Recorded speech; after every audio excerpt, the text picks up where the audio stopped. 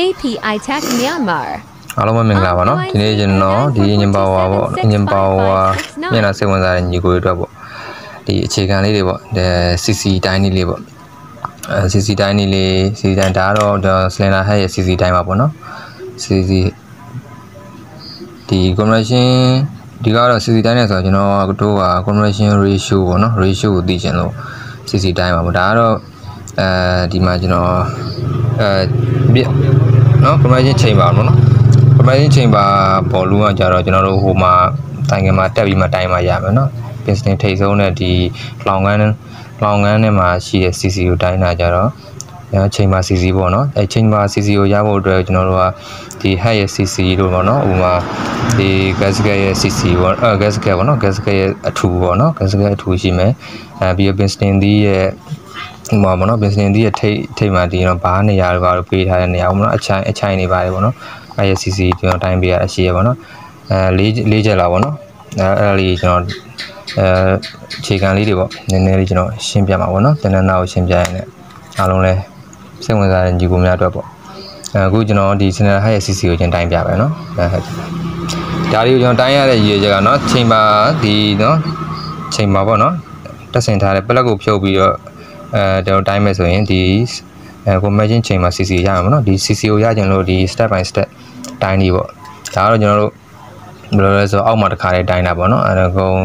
ကုမ္ပဏီရဲ့ engineer တွေတိုင်းတဲ့ပုံစံမျိုးပေါ့နော်အဲ့လိုပုံစံမျိုးကျွန်တော်ပစ္စည်းတွေတော့မတူဘူးပေါ့နော်ပစ္စည်းကျွန်တော်လည်းရှိတဲ့အဆင်ပြေတဲ့ဟာနဲ့ပေါ့နော်အဆင်ပြေဆုံးပေါ့နော်တိုင်းလို့ရတဲ့ဆိုတာလေးကိုကျွန်တော်ပြပေးအောင်ခဲတိုင်းကြည့်ပါအဲ့ဒါဟဲ့နော်ကျွန်တော်ရေးနဲ့ပဲတိုင်းတယ်နော်ရှိနေပဲထိုးတိုင်းတယ်ဒီမှာပြီးရင်ဒီမှာဆေးကြီးနဲ့ပြန်ဆေးမယ်ပေါ့တန်ကြီးမတက်အောင်နော်သူ20လောက်ထည့်လိုက်ပေါ့နော်ရတယ်အေးဆေးလိုက် subscribe ဒီကောင်ကတော့ကျွန်တော်နမူနာပြတာเนาะဒါကတော့ကျွန်တော်ဒါ modify ကျွန်တော်ဒီဘက်ရပါတော့ဒီဘက်ဖြုတ်တာ modify hat ပေါ့ဒီတိုင်းတာတဲ့ပုံစံလေးကိုပဲပြောတာ CC ကတော့မတူဘူးเนาะ CC ကတော့မတူကျွန်တော်125ဆိုရင်ဒီ125မှာကျတော့သူက124ပေါ့เนาะ89 CC ပဲသူ engine displacement ပေါ့เนาะဒါတော့ engine displacement 20ပေါ့เนาะvolt square into pi by 4 into 1 second ဒါstroke ပေါ့เนาะဒါစာပေါ့เนาะဒါတော့ကျွန်တော်ရှင်းပြပေးသားပါဒါတွေကရင်တော့ဒီ 3 တိုင်းလေးတွေကခုကတော့ chamber เนาะဒါ chamber CC ပေါ့ chamber CC ကိုဒီတိုင်းလေးတွေပေါ့เนาะ chamber CC ဒီလောက်ရှိတယ်တိုင်းမဲ့ state က1ခု2ခု3ခု4ခုပေါ့เนาะဒီဟာလေးတွေကိုကျွန်တော်တစ်ချက်ပြောပြမှာပေါ့เนาะအတိုင်းရဲ့ရည်ရွယ်ချက်ကဒီ compression ratio ပေါ့เนาะဒါကိုသိချင်လို့ပေါ့เนาะ compression ratio ဘယ်လောက်ရှိတယ်ဘယ်လို decimal ကိုသုံးရမယ်ပေါ့เนาะငယ်ရထိုးရင်20ရရင်ထားတူပါနော်ဟုတ်20စာလေးကိုပဲလဲโอเคရအေးစေးလိုက် subscribe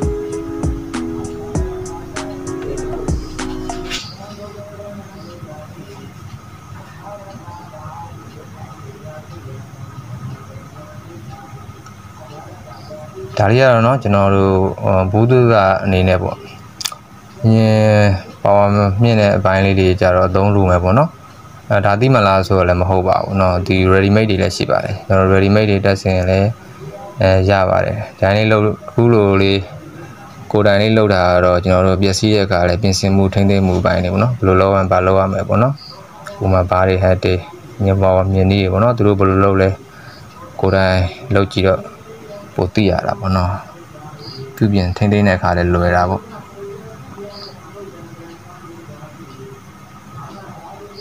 စီးတော့ဆိုတော့ point ကနန်းတော့မပါဘူးเนาะဒသမနဲ့ကြာနေနေယူရတာခက်တယ်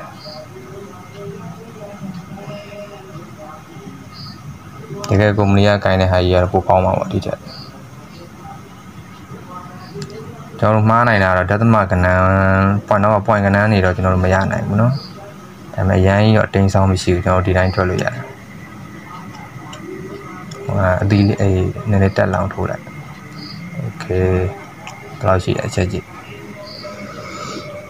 16နော်16 โอเค ဒီကောင်က16ပေါ့နော်16ဒါကကျွန်တော်ဒီပေါ်မြင်လာတဲ့ကောင်ပေါ့နော်ဒီ160ရာကောင်ဆိုတော့သူရဲ့ဒီစီစာကတော့ဒီဟက်ရဲ့ CC တိုင်းလေးပေါ့နော်ဟက်ရဲ့ CC တိုင်းလေးဒီကောင် CC က16ရှိရနော်16ရှိတယ်ဒီမှာလေးလုံးဒီကနေလေးလုံးပြန်ထွက်သွားပြီပေါ့ဒီကနေလေးလုံးထွက်သွားပြီအဲ့တော့ဒီကောင်က16 CC ရှိတယ်ကျွန်တော်ဒီ W125 သူရဲ့ standard piston ပေါ့နော် standard piston နဲ့ဒီလောင်ကန်းဘယ်လောက်ရှိမလဲဆိုတော့ဒီကောင် standard piston နဲ့လောင်ကန်းရဲ့အကောင်ကနောက်ရှိတယ်ဆိုW125 ကဟိုလောက်ပဲရှိပြီနော်14.9ပေါ့နော်ဒါလုံးနော်လုံးဒီ compression ဒီဟာကိုတိုင်းတာမဟုတ်ဘူးเนาะ W125 အော်ကြတော့ကျွန်တော်တို့ black ချွတ်ပြီးတော့ဟိုမှာတက်ဆင်ရဲ့ပြီးသားပေါ့เนาะလောင်ကန်းရဲ့ CC အပြည့်စုံပေါ့เนาะအပြည့်စုံ CC ကဒီလောက်ရှိတယ်ဒီကောင်ကအပြည့်စုံမဟုတ်သေးဘူးဒါစလင်ဒါဟက်ရဲ့ဟာကိုတိုင်းတာပဲရှိတယ်ဒါ160ရကောင်အပြည့်စုံဖြစ်အောင်ဘာတွေထပ်တိုင်ရမလဲဆိုတော့စလင်ဒါဟက်ဒီကောင်ရဲ့ဟာကိုတိုင်းရမယ်ပြီးရင်ကျွန်တော်တို့ဘာတိုင်းရမလဲဆိုတော့ဒီ gasket ရဲ့အထူเนาะ gasket ရဲ့အထူကိုတိုင်းရမယ် gasket ရဲ့အထူကိုတိုင်းရမယ်ပြီးရင်ကျွန်တော်တို့ဗာတိုင်းရမယ်ဆိုတော့ piston ထိပ်ရောက်တဲ့ဟာပေါ့နော်piston tab ပေါ့နော် piston head cc ပေါ့ piston ထိပ်ကဒီဘားပွင့်လေးတွေနေရာပေးထားတဲ့နေရာတို့အချိုက်နေရာတို့ပေါ့နော်ဘယ်လောက် cc ဘယ်လောက်ရှိတယ်ပေါ့ဥမာဘယ်လောက်ရှိတယ်ကျွန်တော်တို့ဒီလိုထားပြီးတော့ထဲနော်ထိပ်ပြီးတိုင်းရမယ်ပေါ့နော်အဲ့ဒါ piston head cc ပြီး piston tab ပေါ့ piston tab ဆိုတာကျွန်တော်တို့ထိပ်ကို TDC ကိုထားလိုက်မယ်ဆိုရင်ဟိုဟာထဲမှာပေါ့တဲ့စလေထဲမှာ piston TD စားလိုက်မယ်အဲ့ထိပ်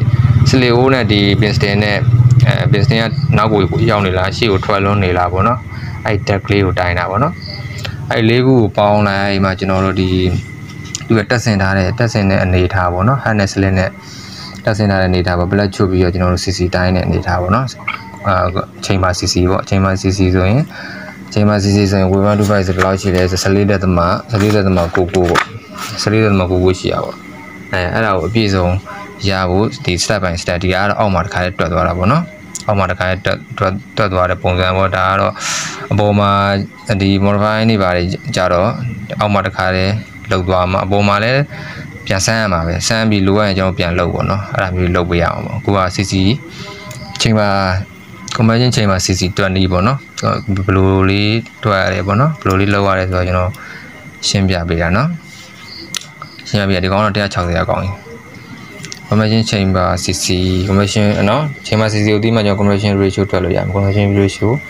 ပြမတက်စီသုံးပြီးမှုတွေပါရွေးချယ်လို့ရမယ်ကျွန်တော်တို့အပေါ်မှာတစ်ချက်ထိုးပြမယ်နော်ဒီမှာတက်ဆင်ပြီးသားကောင်းပါနော်ဒါပလက်ချွတ်တာဒီအမျိုးကိုရေးထုတ်လိုက်ပြီးရဟိုဟာလေးတို့အင်ဂျင်ဝိုင်လေးထည့်လိုက်ဟုတ်ပါလား16ရဟောလား16နဲ့ဆိုတော့ထည့်လိုက်တော့ချစ်ချတယ်ဟိုခေါင်းမတက်တော့နဲ့ခေါင်းကဘာကောင်းလဲဆိုတော့သူအကောင်းပါနော်အကောင်းမတက်တော့အဲ့နဲ့သူဖိုးလို့မရဘူးကျွန်တော်တို့ကဒီမှာနော်ဒါအပေါ်မှာတိုင်းမဲ့ပုံစံပေါ့နာဘလက်ကိုချွတ်ထားတယ်စလင်းနဲ့ဟန်နဲ့နော်တက်ထားတယ်အဲ့ဒါကိုကျွန်တော်တို့အညီမထိုးပြီးတော့ CC ဘယ်လောက်ရှိလဲဒါကတော့1 tan i ပေါ့1 tan i ရတော့ CC မလေးတော့ဒီကောင်ရဲ့ CC ကဒီသူ့ရဲ့လောင်ကန်း CC က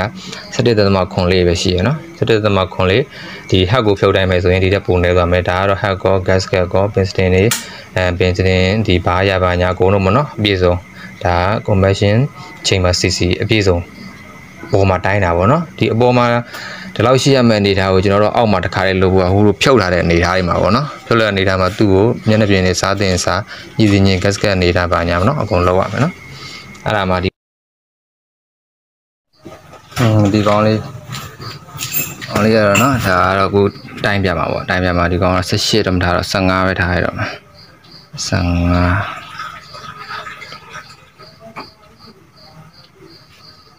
15ပေါ့နော်ဒီကောင်အင်ဂျင်ဝိုင်ထိုးမှာပေါ့နော်ဒီထဲကိုဒီကောင်ကတော့ပြည့်စုံလုံးပြီးသားပေါ့gasket ကော piston တွေရောဒီတက်ဆင်ပြီးသားပေါ့နော် head ကောပေါ့တက်ဆင်ပြီးသားဒီကောင်ကိုဒီမှာလောဒီကဆိုင်းမယ်ဆိုရင် TDC မှာထားရမယ်နော် TDC မှာဆိုင်းပြီးတော့ဒီကောင်ရဲ့ conversion chamber CC ကိုတိုင်း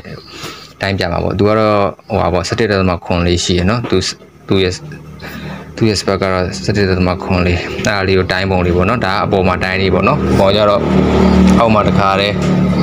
တိုင်းထွာလေးလောက်ရမယ့်ပုံစံလေးပေါ့နော်ဒါလေးတွေနမူနာပေါ့နော်အကျန်းလေးတွေမြင်အောင်ပြပေးတာပေါ့ဒီကျွန်တော်ဒီကောင်ကိုထိုးထည့်ရမယ်နော်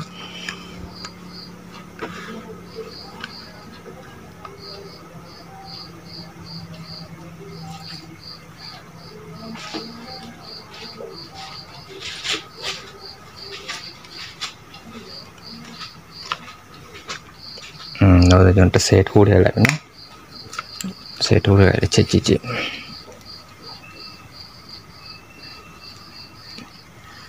မရောက်သေးဘူးနော်ရောက်တော့ရောက်နေ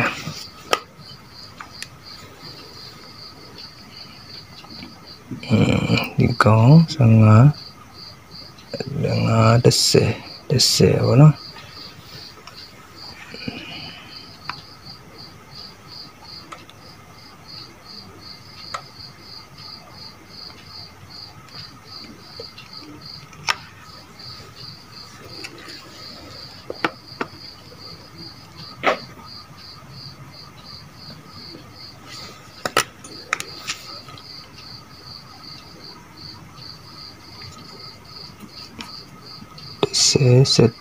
17ကျော်ဝိုင်းနော်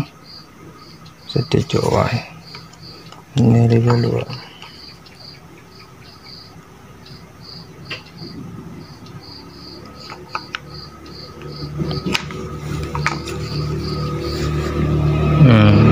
မမြင်နေရပြီနော်ဟိုမှာရောက်နေပြီကျွန်တော်ထိုးလိုက်တာတော့12လောက်12နီးလောက်တော့ဖြစ်သွားတော့ဒါပေမဲ့သူ့အတိုင်းဒါအတိအကျရဆိုတော့17.4ပေါ့နော်တိုင်းတာပုံလေးကတော့ဒါလေးပါပဲနော်ဒါလေးကိုအင်ဂျင်ပိုင်းပြီးရင်ပြန်ထုတ်လိုက်ပေါ့နော်ဒါကတော့သူ့ရဲ့ကုမ္ပဏီတော့ပေါ့ကုမ္ပဏီတော့ကိုပေါ့ကိုဒီ CC ဒီပြောင်းလဲမယ်ဆိုရင်တော့ဟိုလိုအောက်မှာတစ်ခါလေးလောက်အောင်ပေါ့နော်တိုင်းထွာပြီးမှဒီကောင်ကိုတက်ပေါ့နော်တက်ပြီးလိုပိုင်းပြန်လောက်ပေါ့လိုပိုင်းပြန်လောက်ပေါ့ဒါကတော့ CC တိုင်းလေးပါပဲ conversion ချိန်မှာ CC ပေါ့ဒါ conversion ratio တွက်လို့ရအောင်ပေါ့နော်တိုင်းတန်မှုပုံစံလေးပေါ့ကျွန်တော်ပြပေးတာပါနော်ဂျာလေးကအသုံးတော့ဝင်ပါပါနော်အသုံးနဲ့တက်ပါပါဒီမော်ညင်ပိုင်းကိုစိတ်ဝင်စားတဲ့ညီကိုတွေအတွက်ပေါ့နော်အားလုံးကျေးဇူးတင်ပါတယ်